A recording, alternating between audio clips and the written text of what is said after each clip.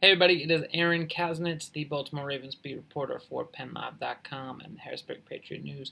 Today we will continue our off-season video series by looking at the 2019 draft class from the team and ahead to what they can do next year. We just posted an article about that.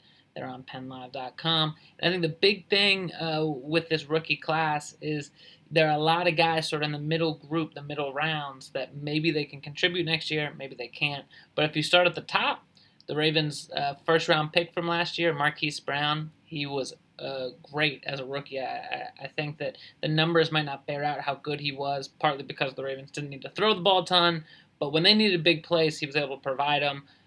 Obviously started off with 147 yards against the Miami Dolphins as a season opener, tied a franchise rookie record with 7 touchdowns. He was great. He looks like if he can stay healthy, he could be a number 1 receiver in the future, particularly because as a rookie he had success while working back from a foot surgery and while dealing with an ankle injury he suffered in October.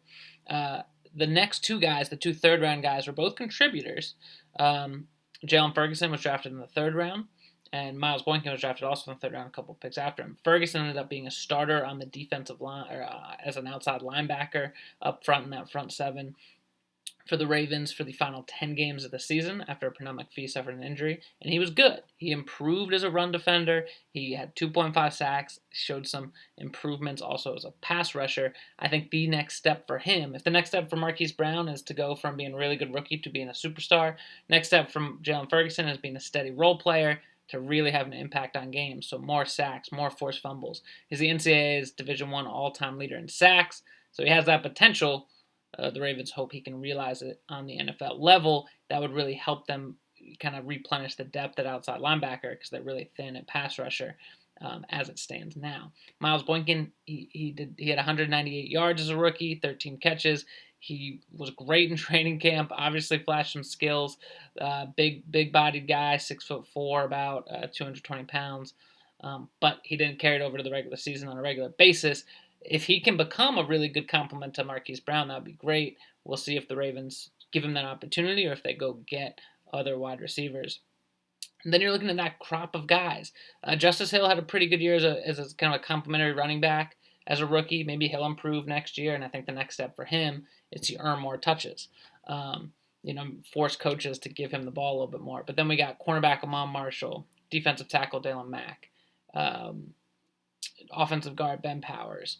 Those guys were rookies last year who struggled to break through and earn places on the roster. Now, in the NFL, you need these young players. You need these rookies to turn into good players at a pretty high rate so you can get value out of the rookie contracts. If those 3 guys can become even valuable reserves, that's a big boost for the Ravens. It's hard to hit on those 4th, 5th round picks. And Ben Powers, Amon Marshall, Dalen Mack. Marshall's like a physical cornerback. Ben Powers is an offensive guard. Dalen Mack's defensive tackle. If those guys can grow and replenish depth at those positions, that'd be a big boost for the Ravens because those are cheap players on rookie contracts. If not, the Ravens will have to try again with their new crop of draft picks and hope they can get a little more depth in the 2020 draft. So that's what we're looking at for the Ravens rookies in moving from 2019 to 2020. The team hopes they can show improvements, and they'll keep moving on with their offseason, and we'll be back in a couple days with another analysis video.